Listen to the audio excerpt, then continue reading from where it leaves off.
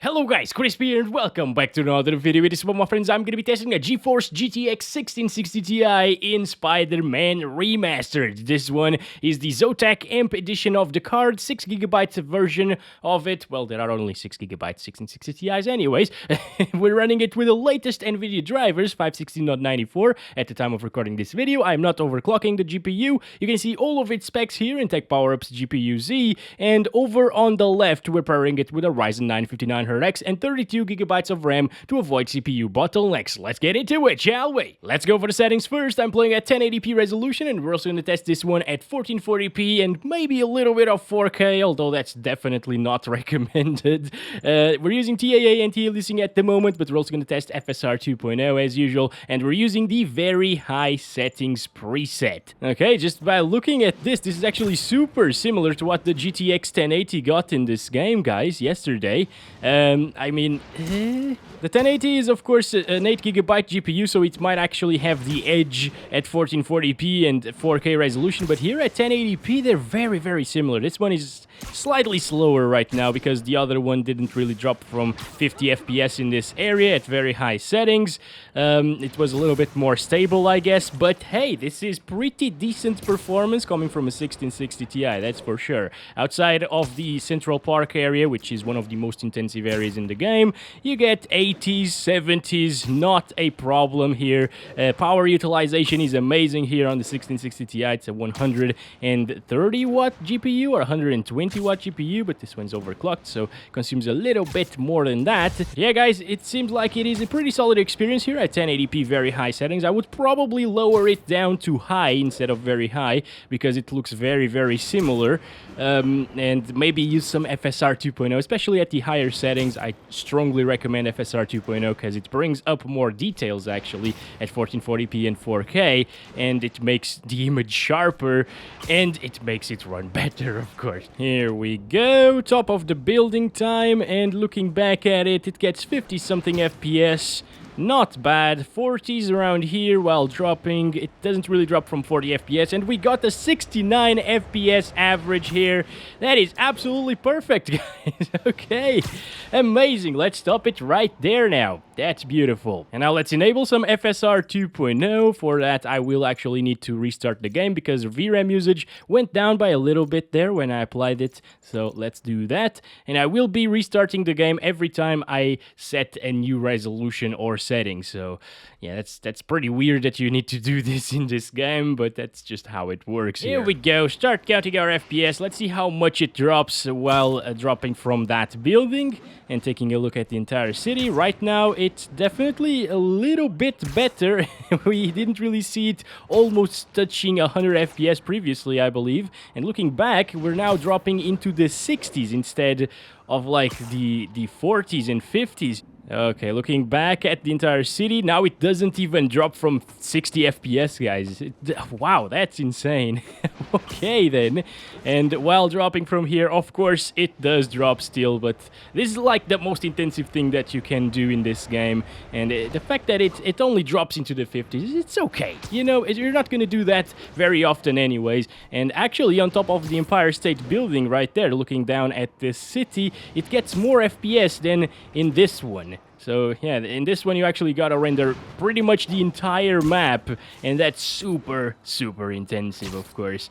But right now, if you want the 60 plus FPS experience almost all of the time, it actually works quite well here with FSR 2.0. I would probably lower it to high and play at native resolution, then play with FSR 2.0 at 1080p, but hey, if you don't really mind the fuzziness that comes with this technology at 1080p resolution and the slight noise around Spider-Man and the webs and stuff like that, basically moving things, it's fine, guys. I love this card, guys. I actually bought it when it released for 272 euros, and it was actually the cheapest 1660 Ti that I could find, and I'm very impressed with this Zotac variant as well. Like, look at those temperatures. It's absolutely fantastic, and it's only a dual fan design, a pretty tiny one as well. I like it. I really like it. Anyways, the FSR 2.0 here is enough to put us above 60 frames per second, which is great in all scenarios, basically, and aside from the one dropping from the buildings. I guess if you want to lock the FPS to 60 frames, you are gonna have a pretty solid and consistent experience, aside from when you're dropping from that huge building, of course, but that's not a problem in my opinion. It's only gonna happen once or twice. Or if you like that building a lot, well, more than once or twice, but you know what I mean. Also, that RAM utilization is completely insane, by the way, because we are running out of VRAM, actually. Let's go up to 1440p now, and you know what? At 1440p, I will keep FSR 2.0 enabled on quality, because you just should enable it. As I told you, it makes the image look better than native resolution. It's sharper, slightly more shimmery, but I can't really notice much noise around things, honestly, guys. And it's super sharp right now. It's very, very lovely. I like it. I like it. To the park area, it's already dropping into the 50s. That's to be expected, even though we have FSR 2.0 enabled. This is still super intensive compared to 1080p, but it also looks way better. I would actually prefer to play at 1440p in this one. That VRAM usage is surprisingly low, and it's starting to stutter a little bit, as you saw probably in that frame time graph. Not anymore though, but FPS are dropping by quite a bit. And it's not really that consistent of an experience anymore. You can see a lot of little spikes there in the frame time graph that we haven't seen at 1080p resolution, I believe. These are more noticeable, at least. DRAM is going up now, the RAM as well. That means, again, that it's starting to use some of the RAM as VRAM. This game actually does that a lot. I wonder if it's anything to do with, like, the PS5 and PS4 having a shared pool of memory for VRAM and RAM.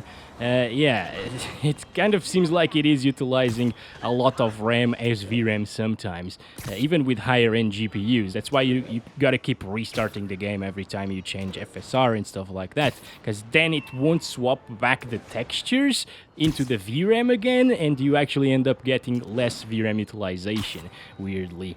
Yeah, and lower performance as well. And you know what? Raw performance-wise, the 1660 Ti is actually closer to the GTX 1070 than it is to the GTX 1080. It's spider bug time. Look at this. Kind of weird to do this. Okay, there we go. 40s, not bad. Still okay, guys. It's still a solid experience here. Not gonna lie, I could still play the game like this. I would just lock it to like 40 frames per second and get used to the slower frame rate. And then it would be more solid without much stuttering, you know, because the stuttering is what puts me off the most here. But as I was saying, this is closer to the 1070 than the 1080 in most games, but here in these newer DirectX 12 titles, it actually can get pretty close to the 1080 as well. And mind you, the 1080 that I used was the ROG Strix version of the card. It comes already overclocked out of the box. This one does as well, but the Strix is always one of the best models that you can buy. Finally, we're gonna play at 4K resolution with balanced FSR 2.0, which looks incredible at the 4K res, guys. I mean, I can't really see any shimmering. Maybe a little bit over there. Here we go. VRAM usage is much higher now that we restarted, and the RAM usage went back by a lot as well. We were getting like 14 gigabytes of RAM utilization previously. Seems like it is pretty tough of an experience here at 4K with the very high settings preset, at least. It's definitely gonna drop from 30 frames per second, and this is where the 1080 actually shined compared to this GPU. It was way, way better here because of those 2 extra gigs of VRAM. Yeah, this one is already dropping very close to 30 FPS. I don't think the 1080 actually dropped from 30. Wow, I'm actually impressed that it didn't drop here, though. That's interesting. Okay. Oh, boy. Okay, well, let's go. Let's go. No, Spider-Man, what do you do? Okay, let's do this again. I messed up the jump there. Let's go. Let's go. Come on, buddy. Let's do this. There we go. This is it. 30 FPS, 31. Oh, boy. It's so close to the 1080. That is amazing. It's more stuttery, yes, and I definitely would not play like this with the 1660 Ti. I think I would choose the 1440p out of all of the resolutions that we tested today, because the crispiness is just awesome compared to 1080p. But hey, this is pretty impressive still for a 1660 Ti. Not 3060 Ti. I've already tested that if you want to check it out, by the way. I'm super impressed here right now, guys. Let's try it out on the high settings. I'm gonna set it back to 1080p, disable FSR 2.0, and go ahead and select the high settings preset. Not changing anything here. Let's go, restart the game now. So it's getting 60s around here, not bad. Let's start counting the frames here. And let's try to swing around here, see the city from above, if I can. I don't think I can do slightly. Okay, 60 FPS right there, not bad. Oh, come on, Spider-Man, why did you stop there? Alright, down here, 70s, 80s. Way better than very high settings, actually. Alright, here we go. Oh boy, 40s, 50s, nothing that we haven't seen yet, right guys? 40s around here. It's pretty much the same thing whenever we are dropping from this building, because it's a bandwidth limitation. A bandwidth limitation, yes. Alright, here we go. Now let's see the city from here. 50s, still drops. Alright, not a big issue. Once again, the game is completely playable with 40 plus FPS, I would say. I wouldn't really go to 30 frames per second unless that's the best you can do with your GPU. Like with the 1030, well, with 1030, 30 FPS would be good. I actually tested that card and it was below 30 most of the time. But hey, it's very playable here on high settings, that's for sure. And it looks almost the same as very high. So if you want a little bit of extra frames, you can definitely have it here. Get 60s most of the time. It will drop into the 50s inevitably and 40s even, but nothing you can do about it unless you want to upgrade your GPU. But I wouldn't really upgrade the GPU just for a little bit of an FPS boost in the minimums, you know, in a game like this at least. So yeah, just have fun with your 1660 Ti. You can definitely do so here, especially if you have a 1080p monitor. And here we go. Park area still dropping into the 50s. So the very high settings with FSR 2.0 were actually performing better than the high settings without FSR 2.0 here on the 1660 Ti. Not by much, but, well, yeah, actually by much, okay. It drops into the lower 50s at times. Okay, let's enable FSR 2.0 at 1080p high settings. This is basically for those of you that want the highest FPS possible while still retaining a pretty good visuals. Okay, now it's not dropping into the 50s anymore. So a couple of 69s right there in the FPS counter. So that is beautiful. Yeah, I guess like very high settings were actually really beautiful as well, because we got 69 FPS average there. That's awesome, of course. Maybe those are actually the adequate settings for the 1660 Ti. I don't know. But as you can see, it's not dropping from 70 by much here. Whenever it drops, I don't even think it's dropping from 7. Okay, there we go. It is 65 FPS minimum there. So once again, at 1080p resolution, you can see a lot of noise around Spider-Man and around moving things with FSR 2.0 enabled. So I wouldn't really enable it here. I think the experience without it is better because of the visuals. But if you must have the 60 plus FPS experience most of the time, a lot of people must have that, of course, and that's totally fine. This is it, I think. It doesn't really drop by much in the Central Park areas, so it won't really drop by much in other areas either. Over here, we used to drop into like the 50s, and now it's not dropping from 70 FPS. So for the best, smoothest experience here, I think this is it. High settings, FSR 2.0, if you don't mind the fuzziness, it's pretty good. Here we are, still drops from 60 FPS slightly there, and it will still drop from 60 FPS while dropping from here. Even from 50 maybe? Not really. But yeah, it's only in these scenarios where it's gonna drop. As you can see, even here, it's not dropping anymore. It's only into the lower 60s. 58 right there. I would actually probably choose the 1440p resolution with FSR 2.0 on quality and high settings preset with the 1660 Ti if it doesn't stutter too much. Okay, let's drop from the huge building right away. Actually, let's see the FPS down here as well. 60s and 70s.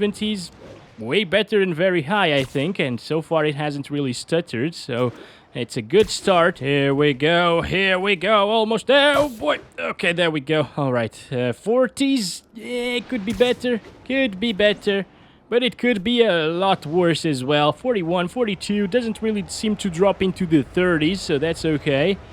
And let's see again here. 47, not bad, you know. I mean, if you have a 1080p monitor, of course you should play at your native resolution, but if you don't, I think 1440p is definitely worth playing with, because it looks so much better. It's way more detailed. I mean, you probably can't really see it very well because of YouTube compression. Still drops around here, by the way. But it is pretty good looking. 69 FPS average once again, guys. Can we actually get that at the end of this? That would be perfect once again. It's not really stuttering, so if you lock the FPS to like 50 or 45 even, it's gonna feel smooth.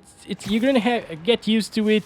It's gonna play well for a single-player game like this, and it's gonna look fantastic above everything else. I really think you should enjoy the visuals in this one over the 60 plus FPS all of the time experience.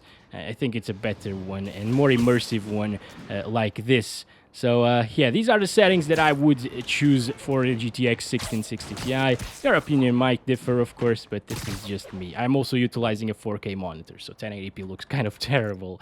Let's go over here now. Set it to 4K, finally. Last resolution tested in this game.